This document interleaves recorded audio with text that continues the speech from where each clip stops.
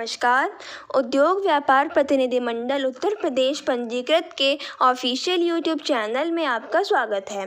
खाद्य वस्तुओं का कारोबार करने वाले व्यापारी आए दिन फूड एक्ट के अधिकारियों के शोषण का शिकार होते रहते हैं। केंद्र सरकार ने FSSAI यानी फूड सेफ्टी एक्ट व्यापारियों को सही मार्गदर्शन करने और जनता के स्वास्थ्य हितों को ध्यान में रखकर बनाया था, किंतु इसमें कार्यरत अधिकारी इस एक्ट का दुरुपयोग कर व्यापारियों का शोषण करने में जुटे हैं। उद्योग व्यापार प्रतिनिधिमंडल उत्तर प्रदेश पंजीकृत की इस विभाग पर टेढ़ी नज़र है। वह इसके अत्याचारों के खिलाफ जल्द ही बिगुल बजाने जा रहा है।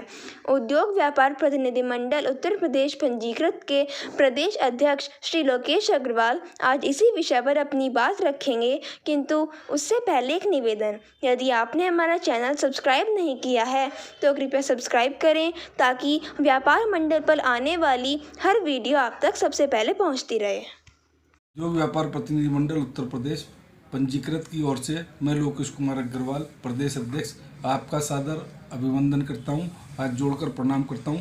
सभी साथियों को मैं आज फूड एक्ट की विसंगतियों के ऊपर बात करने के लिए आपके बीच में उपस्थित हुआ हूं। फूड एक्ट सरकार द्वारा मिलावट रोकने के लिए बनाया गया कानून है, मगर इस कानून की आड़ में व्यापारियों का उत्पीड़न लगातार किया जा रहा है।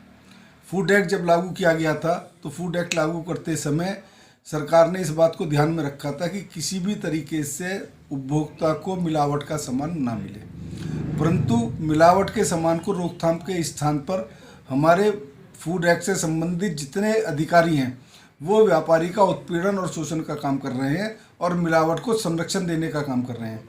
बदनाम व्यापारी को किया जाता है कि व्यापारी फूड एक्ट की मिलावट का काम कर रहा है। व्यापारी के स्थान पर जितने भी फूड एक्ट विभाग के अधिकारी हैं वो मिलावट करवाने का काम कर रहे हैं। सरकार के द्वारा जो एक्ट बनाया गया है वो उसको FSSAI उस एक्ट का नाम है। उस एक्ट में न्याय निर्धारण अधिकारी एक एक्ट का जानकार होना चाहिए, मगर उसके स्थान पर ADM जैसे प्रशासनिक अधिकारियों को उसका अधिकार दे दिया गया है। फूड एक्ट में समन की व्यवस्था की जानी चाहिए। समन की व्यवस्था ना की जाकर सारे मुकदमे अदालतों में भेजे जा रहे हैं, जिसकी वजह से व्यापारी का भारी उत्पीड़न और अत्याचार हो रहा है। फूड एक्ट पर सैंपलिंग में, लाइसेंसिंग में हर जगह व्यापारी का उत्पीड़न है। ऑनलाइन व्यवस्था सैंपलिंग के होने के बाद भी कागजों में इंक्वायरी निकालकर और रिजेक्ट कर कर व्यापारी को कार्यालय में बुलाने का काम किया जा रहा है, जिससे भारी भ्रष्टाचार होता है। मैं आज इस मंच के माध्यम से सरकार से मांग करना चाहता हूं कि फूड एक्ट में एक शमन की व्यवस्था जो एक्ट में प्रेस्क्राइब की गई है उस व्यवस्था को तुरंत लागू करें। सैंपलिंग भरते समय सैंपल की एक शीशी व्यापारी के निर्देश अनुसार संबंधित लैब को भेजी जाए, जिससे वो उसके सैंपल की निष्पक्ष जांच हो सके। आज की तारीख में जितने सैंपल भरे जाते हैं उन सैंपलों में अधिकारी द्वारा एक टिप्पणी लिख दी जाती है कि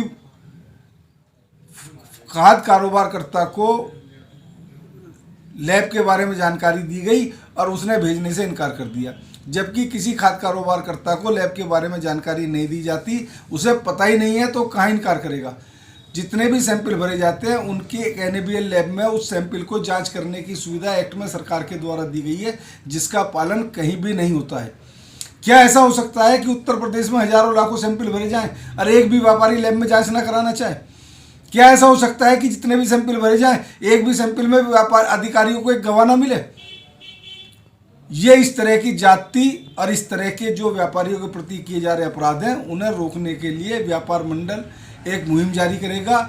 व्यापारियों के हितों की रक्षा के लिए एक फूड एक्ट पर श्वेत पत्र जारी करेगा, जिस श्वेत पत्र को लेकर पूरे उत्तर प्रदेश में हम फूड एक्ट के खिलाफ आंदोलन चलाएंगे और उस आंदोलन में व्यापारियों को फूड एक्ट की कमियों के प्रति जागरूक करने का काम करेंगे।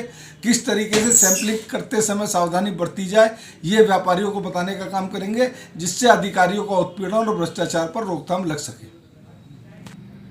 जो विशेष सावधानियां आपको रखनी है मैं उसके बारे में आपको जानकारी दे देना चाहता हूँ।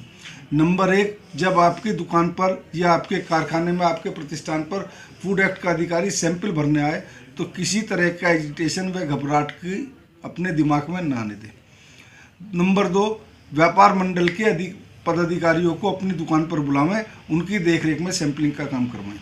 नंबर 3, जो सैंपल जिस शीशी में भरा जा रहा है उस शीशी को अपने कर्मचारियों द्वारा या स्वयं खुद अच्छी तरह साफ कर लें। ऐसा ना हो कि फूड एक्ट का अधिकारी उस शीशी में पहले से ही कोई केमिकल लगा के लाया हो, जिस केमिकल की वजह से हमारा सैंपल फेल आ जाए।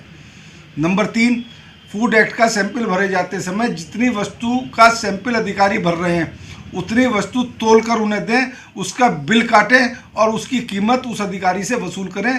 केंद्र सरकार, प्रदेश सरकार द्वारा वो कीमत अधिकारियों को दी जाती है। अधिकारी हमारे यहाँ से सैंपल भर के ले जाता है और हमें उसकी कीमत नहीं देता है। अगली कड़ी में जो फूड एक्ट का अधिकारी आपका सैंपल भरने आता है उससे फार्म 5 भरवा कर मौके पर ले लें। बिगैर फार्म 5 के सैंपल ले जाकर जाने ना दें, क्योंकि फार्म 5 हमारे व्यापारी का अधिकार है, उसी से सैंपल के बारे में जानकारी हमारे पास रहती है।